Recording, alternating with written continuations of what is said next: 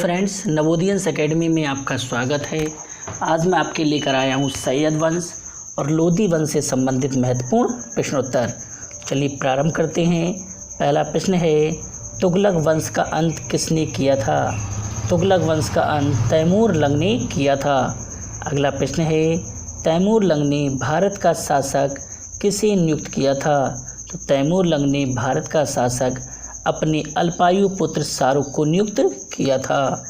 अगला प्रश्न है, शाहरुख का संरक्षक किसे नियुक्त किया गया था?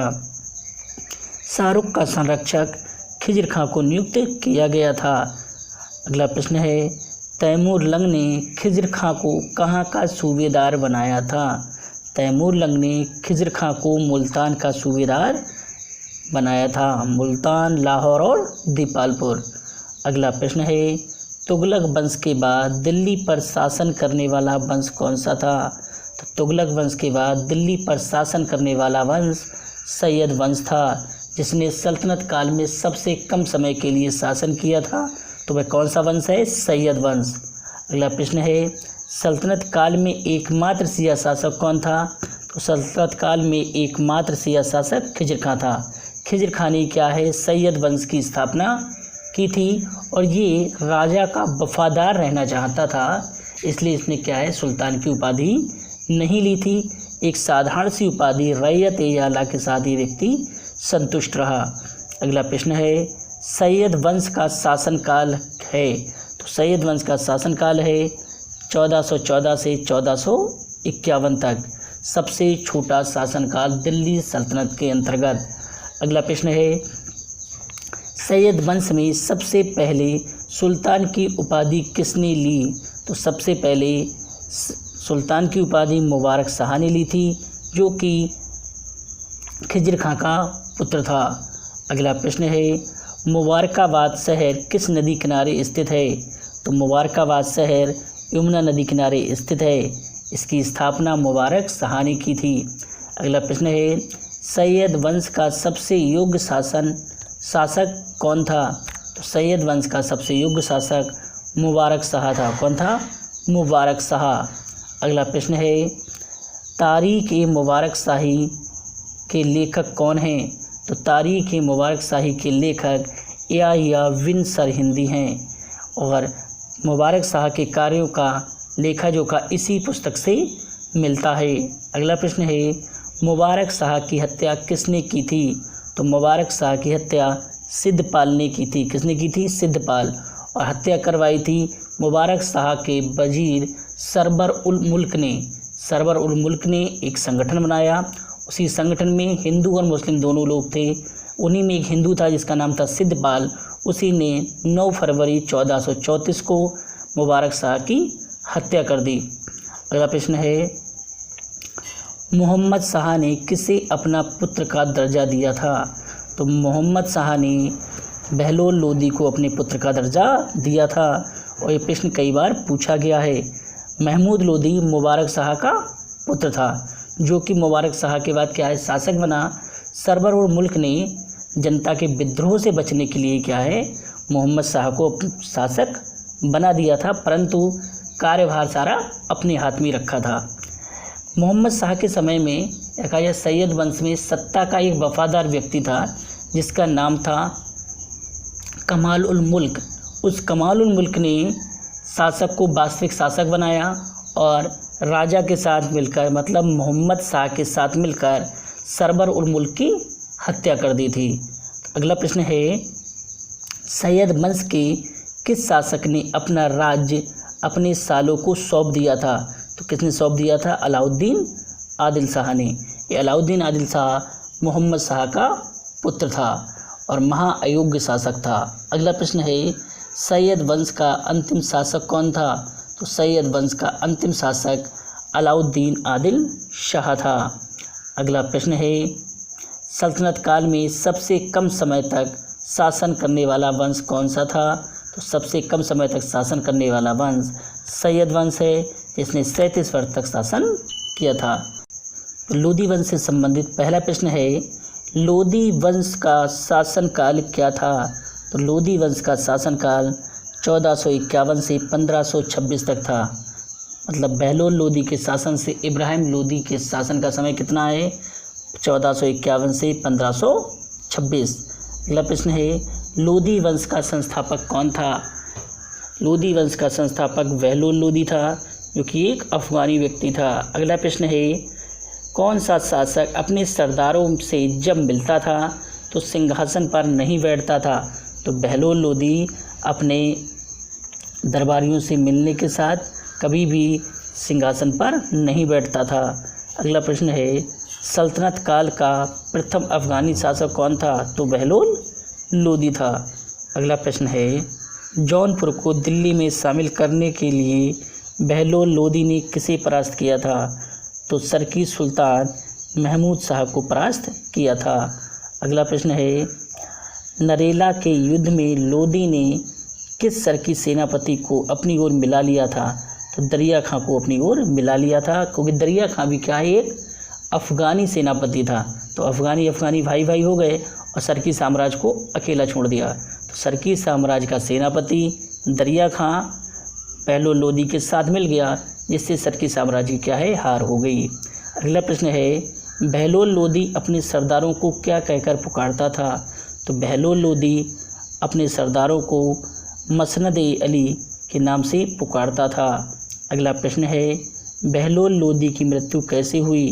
तो बहलोल लोदी की मृत्यु लू लग जाने के कारण हो गई थी। अगला प्रश्न है सिकंदर लोदी कब शासक बना? सिकंदर लोदी 1489 में शासक बना, जो कि बहलोल लोदी का पुत्र था। अगला प्रश्न है सिकंदर लोदी का वास्तविक नाम क्या था? सिकंदर लोदी का वास्तविक नाम निज़ाम खां था। अगला प्रश्न है सिकंदर लोदी ने किस प्रसिद्ध नगर की स्थापना की थी? तो सिकंदर लोदी ने आगरा की स्थापना की थी 1504 में। और ये प्रश्न बार बार पूछा जाता है कि आगरा की स्थापना किसने की? तो किसने की थी? सिकंदर लोदी ने की थी। अगला प्रश्न है सिकंदर लोदी का समकालीन प्रमुख संत कौन थे? तो सिकंदर लोदी के समकालीन संत कबीरदास थे। कौन थे? कबीरदास।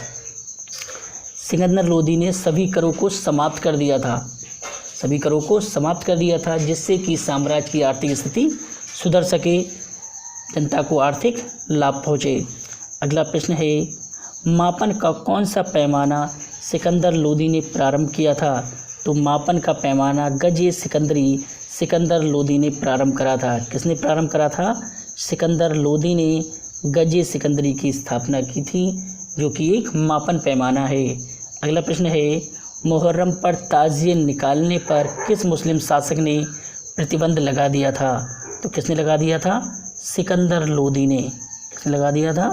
सिकंदर लोदी ने ताजियों पर बैन लगा दिया था।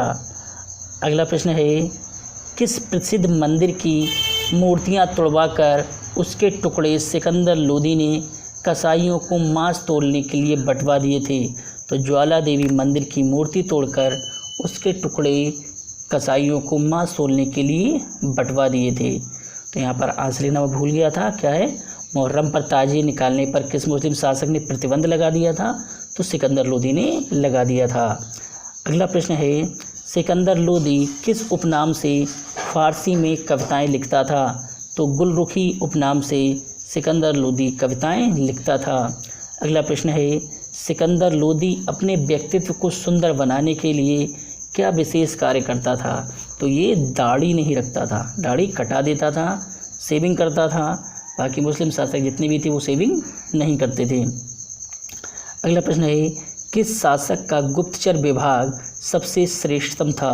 तो सिकंदर लोदी का। जनता कहती थी कि राजा को सूचनाएं देवदूतों से मिलती हैं, कहा जाए भूतों से मिलती हैं। भूतों से नहीं मिलती थी। इसका जो गुप्तचर विभाग था बहुत श्रेष्ठ था, लोगों को पता ही नहीं चलता था और गुप्तचर आकर चले भी जाते थे। अगला प्रश्न है सिकंदर लोदी की मृत्यु कब हुई थी? सिकंदर लोदी की मृत्यु 21 नवंबर 1517 में हुई थी। अगला प्रश्न है किसका कथन है यदि मैं अपने एक गुलाम को भी पालकी में बैठा दूं तो मेरे आदेश पर मेरे सभी सरदार उसे अपने कंधों पर बैठा कर ले जाएंगे? तो किसका कथन है? सिकंदर लोदी का। अगला प्रश्न है इब्राहिम लोदी कब शासक बना? तो इब्राहिम लोदी 1517 में दिल्ली का शासक बना। सिकंदर लोदी के समय में दिल्ली और जौनपुर का एक ही शासक था, लेकिन सिकंदर लोदी की मृत्यु के बाद आपसी कलह या युद्ध से बचने के लिए अमीरों ने सिकंदर लोदी का साम्राज्य 2 भागों में बांट दिया था, क्योंकि सिकंदर लोदी के 2 पुत्र थे, इब्राहिम लोदी और जलाल खां। तो जलाल खां को जौनपुर का सूबेदार बना दिया गया और इब्राहिम लोदी को दिल्ली का शासक बना दिया गया था। अगला प्रश्न है, सिकंदर लोदी का साम्राज्य कितने भागों में बटा हुआ था? तो कितने भागों में बट गया था? 2 भागों में, दिल्ली और जौनपुर। दिल्ली का शासक इब्राहिम लोदी और जौनपुर का शासक जलाल खां। अगला प्रश्न है, सिकंदर लोदी के बाद जौनपुर का शासक कौन बना? तो जलाल खां बना था। अगला प्रश्न है, जलाल खां की हत्या किसने करवाई थी? तो जलाल खां की हत्या इब्राहिम लोदी ने करवाई थी। अगला प्रश्न है, खतौली नामक स्थान पर किन के बीच युद्ध हुआ? तो इब्राहिम लोदी और राणा संग्राम सिंह या राणा सांगा के बीच खतौली नामक स्थान पर युद्ध हुआ था, जिस युद्ध में राणा सांगा की विजय हुई, परंतु उन्हें अपना बायां हाथ गंवाना पड़ा। अगला प्रश्न है, राणा सांगा को अपना बायां हाथ किस युद्ध में गंवाना पड़ा था? तो राणा सांगा को अपना बायां हाथ खतौली के युद्ध में गंवाना पड़ा था। कहाँ के युद्ध में? खतौली के युद्ध में। अगला प्रश्न है, पंजाब के किस शासक ने बाबर को आमंत्रित किया था? तो दौलत खां ने बाबर को भारत आमंत्रित किया था। अगला प्रश्न है, बाबर को आमंत्रित करने वाले व्यक्ति कौन थे? तो बाबर को भारत आमंत्रित करने वाले व्यक्ति दौलत खां, आलम खां और राणा सांगा थे। कौन कौन थे? दौलत खां, आलम खां और राणा सांगा। राणा सांगा ने ये तक कह दिया था कि भारत आने पर मैं अपने युद्ध के लिए अपनी सेना भी बाबर को दे दूंगा, परंतु बाद में राणा सांगा ने ऐसा नहीं किया, जिस कारण राणा सांगा से भी बाबर का युद्ध हुआ। अगला प्रश्न है, पानीपत का प्रथम युद्ध कब हुआ था? तो पानीपत का प्रथम युद्ध 21 अप्रैल 1526 में हुआ था, जो कि इब्राहिम लोदी और बाबर के बीच हुआ था।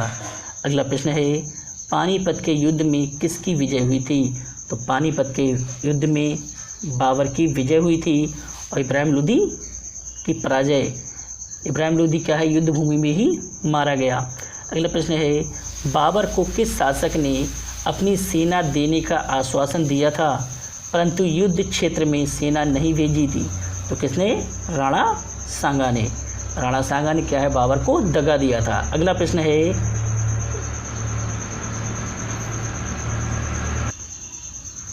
युद्ध भूमि में मारा गया प्रथम शासक कौन था? तो युद्ध भूमि में मारा जाने वाला प्रथम शासक इब्राहिम लोदी था। तो ये थे सैयद वंश और लोदी वंश से संबंधित कुछ महत्वपूर्ण प्रश्नोत्तर। मिलते हैं अगली वीडियो में, तब तक के लिए धन्यवाद।